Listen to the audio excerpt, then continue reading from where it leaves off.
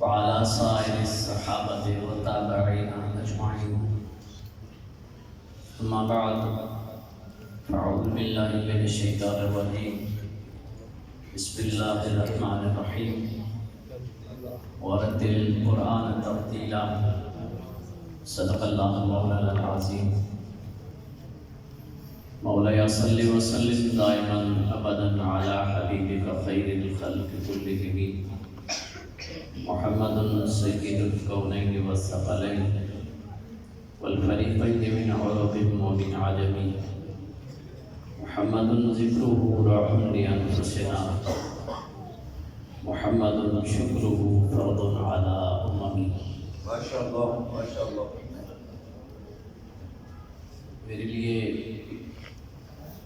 انتہائی سعادت کی بات تھی اور خوشی کی بات تھی جب حضرت علامہ قاری محمد عثمان صاحب نے مجھے اس غزل کے متعلق بتایا کہ یہاں پر قرآن حضرات تشریف لائیں گے اور اللہ کے پاک کلام کو اللہ کی عطا کردہ اس خوش الحان آواز تلاوت کرنے کا شرف حاصل کریں گے. دوستان گرامی، حضرت عبداللہ بن مسعود رضی اللہ تعالیٰ عنہ آپ فرماتے ہیں کہ میں ایک روز رسول کریم علیہ الصلوۃ والتسلیم کے پاس بیٹھا ہوا تھا. حضور نبی رحمت صلی اللہ علیہ وسلم مجھے فرمانے لگے کہ مجھے کچھ کلام مقدس کی تلاوت کر کے سناؤ، کچھ قرآن کی تلاوت کرو. حضرت عبداللہ بن مسعود عرض کرنے لگے اقرأ علیک وانت ينزل علیک القرآن. یا رسول اللہ صلی اللہ علیہ وسلم، میں آپ پہ قرآن کی تلاوت کروں جبکہ قرآن تو آپ پہ اتر رہا ہے. سبحان اللہ، ماشاء اللہ. قرآن تو سرکار آپ کی زبان سے ہم تک پہنچ رہا ہے، اللہ کا یہ کلام، اور میں آپ کو تلاوت کر کے سناؤں. میرے کریم آقا صلی اللہ علیہ وسلم فرمانے لگے ہاں میں پسند کرتا ہوں کہ کوئی قرآن پڑھے اور میں اس کو سنوں. سبحان اللہ، ماشاء اللہ. میرے آقا فرمانے لگے کہ مجھے یہ چیز اچھی لگتی ہے. سبحان اللہ. اگرچہ قرآن مجھے یاد ہے، اگرچہ میں رمضان میں جبرائیل کے ساتھ 2 دفعہ قرآن کا دور کرتا ہوں، اگرچہ مجھے میرے محبوب رب کا بھیجا ہوا ایک ایک کلمہ اور ایک ایک حرف یاد ہے، اس کی ہر جگہ یاد ہے کہاں پہ کس کلمہ کو رکھنا ہے، کس صورت میں کہاں کس جگہ میں کس آیت کو رکھنا ہے. مجھے ہر اپنے رب کی ادا ہر انداز یاد ہے، لیکن میں یہ پسند کرتا ہوں کہ کوئی قرآن پڑھے اور میں اس قرآن کی لطافت کو اپنے کانوں کے ذریعے سے اپنے قلب میں اتاروں. سبحان اللہ. دوستان گرامی، یہ رسول کریم علیہ الصلوۃ والتسلیم کی سنت تو ہم بیان کرتے ہیں کہ یہ بھی سرکار کی سنت ہے، اس پہ بھی عمل کرو، یہ بھی سرکار کی سنت ہے، اس پہ بھی عمل کرو. لیکن یہ جو سب سے خوبصورت سنت ہے ماشاء اللہ، اللہ کا کلام سننا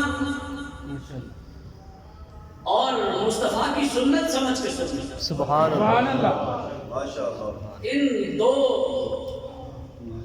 نیتوں کو جب بندہ اکٹھا کر کے قرآن کی تلاوت کو سنتا ہے تو یہ قرآن اس کے ظاہر میں بھی شفا کھولتا ہے، اس کے باطن میں بھی شفا کھولتا ہے. سبحان اللہ.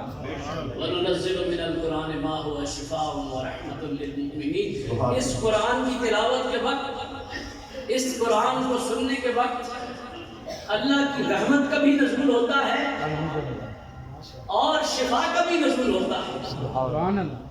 جسمانی بیماریاں بھی دور ہوتی ہیں، روحانی تکالیف بھی دور ہوتی ہیں.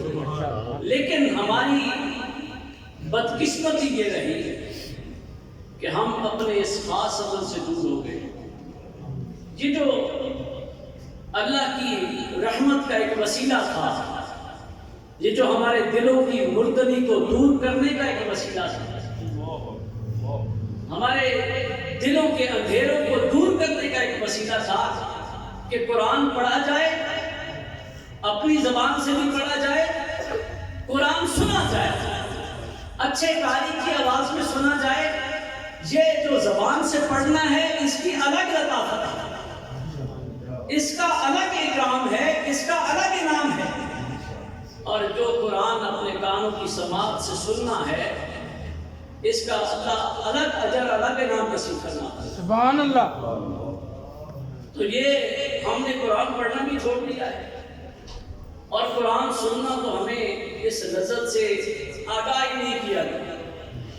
میں خراج تحسین پیش کرتا ہوں حضرت علامہ عبداللطیف جلالی صاحب رحمۃ اللہ تعالیٰ علیہ، اللہ کریم ان کی قبر پر اپنی کروڑہا رحمتوں کا نزول فرمایا اور ان کے درجات کو کروڑہا بلندیاں نصیب فرمائے۔ آمین۔ جنہوں نے یہ سنت چھوڑی اور ان کے یہ بیٹے اس سنت کو آگے پہنچا رہے ہیں، آپ کو یہ بتا رہے ہیں کہ اس قرآن کی محبت ہمارے لیے کتنی ضروری ہے۔ یہ ہمیں عربی کا ترجمہ سمجھ آ جائے تو بہت اچھی بات ہے، وہ تو اللہ کا خاص انعام ہے، لیکن عربی کا ترجمہ سمجھ نہیں بھی آتا، پھر بھی اس قرآن کو سننے سے اور اس محبت سے سننے سے میں یہ اپنے دوستوں کو بتاتا ہوں کہ اس لیے قرآن کو نہ پڑھا کریں کہ رسول اللہ صلی اللہ علیہ وسلم نے فرمایا ہے، ہمارا اس پہ بھی ایمان ہے، لیکن اس نیت کو اللہ تعالیٰ کی طرف سے ملنے والے جو اجر ہے، جو ثواب ہے، اس کو ایک طرف رکھ کر اپنی نیت میں بس یہ رکھا کریں کہ میں نے اللہ کا کلام پڑھنا اور اس کو سننا ہے۔ سبحان اللہ۔ اس پہ اجر کتنا ملتا ہے، ایک حرف کے پڑھنے پہ کتنا اجر ملتا ہے، ضروری نہیں ہے کہ ایک حرف کے پڑھنے پہ 10 جو ہے وہ نیکی ہی ملے گی۔ آپ کا دل جس خوبصورتی کے ساتھ قرآن کو دیکھے گا، آپ کی زبان جس خوبصورتی کے ساتھ قرآن کی تلاوت کرے گی، اور آپ کے کان جس خوبصورتی کے ساتھ تلاوت کو سنیں گے، اللہ اتنا زیادہ اجر نصیب فرماتا ہے۔ سبحان اللہ۔ اللہ کریم کو اس سے غرض نہیں ہے کہ میں نے کہہ دیا ہے، میرے محبوب نے کہہ دیا کہ ایک حرف پہ 10 نیکی ملے گی تو 10 ہی دوں گا۔ اللہ کریم ہمارے دلوں کو دیکھتا ہے۔ ماشاءاللہ۔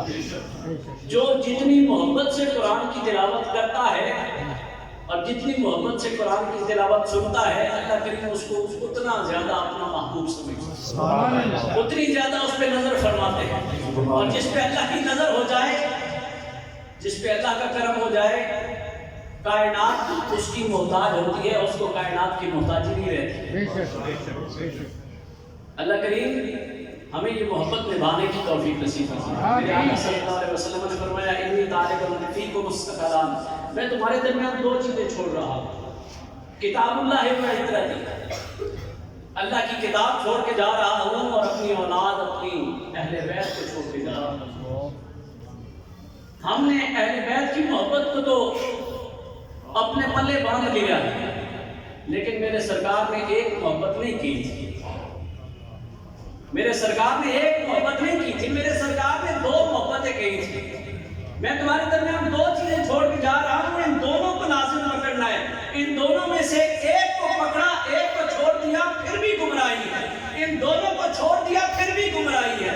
میرے کریم نے فرمایا، ان دونوں کو ساتھ لے کر چلو گے لن تضلوا، تو تم کبھی بھی گمراہ نہیں ہوگے۔ سبحان اللہ۔ ہمیں عمل کی توفیق دے، قرآن سے محبت کی، قرآن کو سننے کی، قرآن کی تلاوت کی توفیق نصیب فرما۔